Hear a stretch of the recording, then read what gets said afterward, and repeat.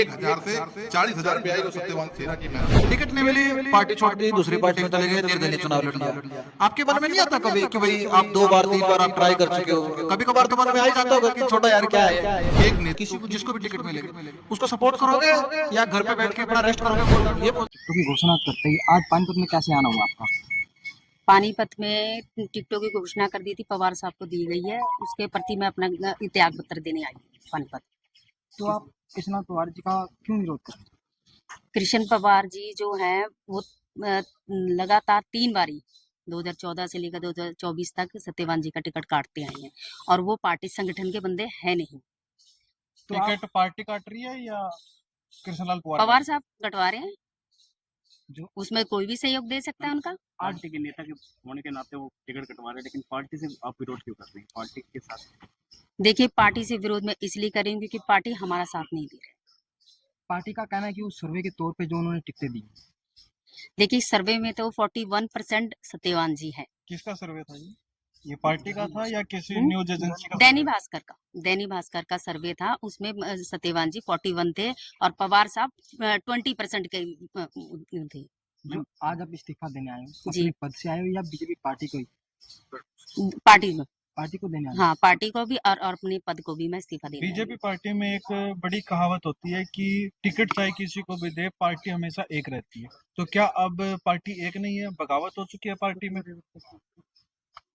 छोटे कार्यकर्ता कहाँ जाएंगे? लेकिन बीजेपी पार्टी का जो कहना है हम्म। कि जो बीजेपी पार्टी कार्यकर्ता वो उनके परिवार की तरह है और जो रूठे हुए हैं उन्हें मनाने का काम करेंगे, लेकिन जो परिवार है उसी से लोग जो बिछड़ते जा रहे हैं, क्या कारण दिख रहा है? देखिए, रूठों को मनाने की अच्छी बात है, कहा जाता है बीजेपी में, लेकिन परिवार को ही रूठाएंगे, परिवार से ही मुंह मोड़ेंगे, ये कहाँ का इंसाफ है? पहले परिवार होता है, परिवार को प्राथमिकता दी जाती है। तो अब आगे का क्या कुछ फैसला रहेगा, और किसी पार्टी में जाएंगे या?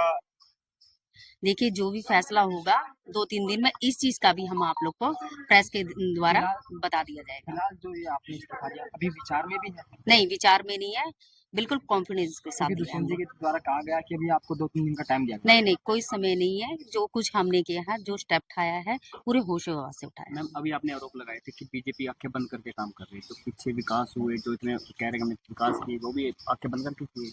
नहीं, विकास जो है वो विकास करे हैं उन्होंने, बीजेपी ने विकास करे हैं, इसमें कोई दौर आया नहीं। लेकिन इस टाइम आंखें बंद करके आप कह हाँ, रहे हैं? इस समय हमारे साथ हमारी विधानसभा के साथ सत्यवान जी के साथ पार्टी ने आंख बंद कर ली है, कान भी साथ के साथ बंद कर रखे हैं अपने। अगर वो टिकट किसी लाल पवार जी के अलावा और किसी कार्यकर्ता को मिलती तो आप भी जब भी विरोध करते? नहीं, विरोध नहीं करते, फिर हम खुशी उसके साथ कार्य करते, स्टेप बाय स्टेप करते। तो आखिर फिर इन्हीं का विरोध क्यों? कोई देखिए, कृष्ण पवार जी हैं, वो पार्टी के नहीं है, वो संगठन के नहीं है, वो बाहरली हैं, संगठन में है लेकिन बाहर काम सारा बाहरली कर रहे हो।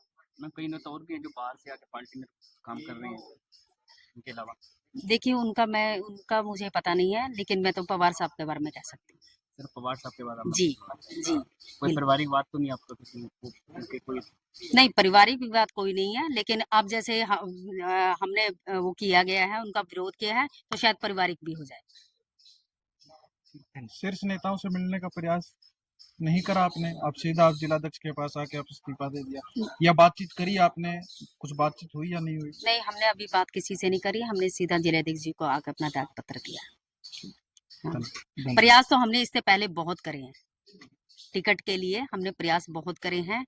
लास्ट में जब हमें कोई राह नहीं दिखा और रात जो लिस्ट आई है हमारे प्रति इस राणा विधानसभा से, उसके प्रति हमने अब ये स्टेप उठाया। अभी आप जिला दर्जी को बता रहे थे कि घर में कुछ परिस्थिति खराब होने के कारण भी हमने पार्टी का साथ दिया, लेकिन पार्टी ने हमारा साथ नहीं दिया। जी, तो क्या कुछ ऐसी वजह? परिस्थिति उस समय का है 2014, जब इनके पिताजी सीरियस थे, आईसीयू में थे चंडीगढ़ पीजीआई में, और तभी सत्यवान जी यहीं पर ही अपना चुनाव में अपना टाइम उन पर कार्यभार दे रखा था, तो वो अपने पिताजी को टाइम नहीं दे सके थे। वो यही बोलते बोलते प्राण त्याग दिए उन्होंने कि बेटा तू एक बार ही आ जा, तुझसे मिलना है, तुझसे मिलना। और ये अपने पिताजी को बोलते रहे, पापा मैं आज नहीं, आज रात मुझे सारा मेरा काम हो जाएगा, मैं सवेरे आपके पास आ जाऊंगा।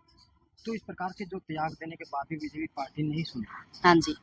तो इस वजह से आपने नहीं, वो से आक्रोश में वो तो चलो बात हो गई, 2014 समाप्ति हो गई इस बात की, लेकिन 2019 में फिर हम 2014 से लेकर 2019 तक फिर प्रयास करे, संगठन का साथ दिया, काम दिया, निस्वार्थ दिया, जैसे भी संगठन ने हमें आदेश दिया हमने काम किया। मैम जब तक आप बीच में थे आपको पूरा मान सम्मान दिया गया, आप जी। जिला महिला अध्यक्ष भी रहे, जी जी पूरा जी, मान पार्टी ने सम्मान पूरा जिस टाइम हम पार्टी में रहे हमें पूरा मान सम्मान दिया। आज आपने पार्टी छोड़ी या अपना पद छोड़ा है? दोनों चीजें छोड़ी, मैंने पार्टी भी छोड़ी है और पद भी छोड़ा है। स्वाभाविक होता है ये जब चुनाव की टिकटें डिक्लेयर होती हैं, क्योंकि चुनाव तो एक विधानसभा में एक ही व्यक्ति लड़ सकता है। ऐसी कोई समीकरण, ऐसी कोई परिस्थितियां तो हमारे पास है नहीं कि हम एक विधानसभा से 4 कार्यकर्ताओं को चुनाव लड़ा दें। चुनाव तो एक ही कार्यकर्ता ने लड़ना है और 1-2 दिन में उनका गुस्सा है, अब हो जाएगा ठीक, सामान्य सी प्रक्रिया है, इसको हम अपने आप कंट्रोल कर लेंगे। लेकिन उन्होंने तो अभी कह दिया कि मैं इस बारे में आगे नहीं सकता। कोई बात नहीं, अभी कई बार जल्दबाजी में उठाए गए कदम होते हैं, मैंने उनको 2 दिन का समय दिया है। मनाने का काम किया जाएगा। नहीं मनाना, मैंने उनको 2 दिन का ही कहा है कि आप ठंडे दिमाग से थोड़ा सोच लें, क्योंकि पार्टी ने ऐसा नहीं कि उन्हें कुछ नहीं दिया, पार्टी ने उनको भी बहुत कुछ दिया है। उनके पति हरियाणा स्टाफ सिलेक्शन कमीशन के मेंबर रहे हैं और प्रदेश में भारतीय जनता पार्टी के प्रदेश के में मंत्री रहे हैं और वो खुद जिला परिषद के चेयरमैन रही हैं और आज भी वो भारतीय जनता पार्टी महिला मोर्चा के जिलाध्यक्ष हैं। ऐसा नहीं कि संगठन ने उनको हमेशा दरकिनार किया है। अब उनकी भी इच्छा चुनाव लड़ने की थी, लेकिन किसी कारणवश कुछ परिस्थितियां बनी कि उनका टिकट नहीं हो पाया, वो एक अलग बात है। लेकिन जल्दबाजी में उठाकर किसी भी कार्यकर्ताओं को इस प्रकार का आवेश में आकर नए फैसले लेने चाहिए। संगठन जब कोई बात करता है या बहुत सोच समझ कर फैसले करता है, आज की हमारा लक्ष्य है व्यक्तिगत हितों को छोड़कर हरियाणा के अंदर भारतीय जनता पार्टी के नेतृत्व में तीसरी बार सरकार बने, उस पर हमारा फोकस है। और ये छोटी मोटी सामान्य सी प्रक्रियाएं हैं, इनको हम अपने आप ठीक कर लेंगे। जो भी कोई रूठा है उसको मनाया जाएगा, क्योंकि हमारा परिवार है, पारिवारिक बातें परिवार में होनी चाहिए। और मैं तो पहले भी उनको यही सलाह दी कि आपको मीडिया लेके भी नहीं आना चाहिए, तो चुपचाप मेरे घर पे आते, हम बैठ के बात कर लेते और मैं खुद भी उनके पास चला जाता, कोई दिक्कत ऐसा कोई विषय नहीं, इसको हम कर लेंगे कंट्रोल। लेकिन उन्होंने एक बात कही है कि अगर ये टिकट जो और किसी को मिलती, चाहे वो छोटे भी अधिकारी को मिलती या कार्यकर्ता को मिलती, ये सब कार्यकर्ता इसी प्रकार की बात करते हैं। खाली जब इन्हीं का विरोध कर रहे हैं। जब तक टिकट डिक्लेयर नहीं होती, तो सभी अपनी अपनी टिकट मांग रहे होते हैं और जब किसी एक को मिल जाती है तो फिर ये होता है कि भाई इसको नहीं छोड़ के उसको दे देते।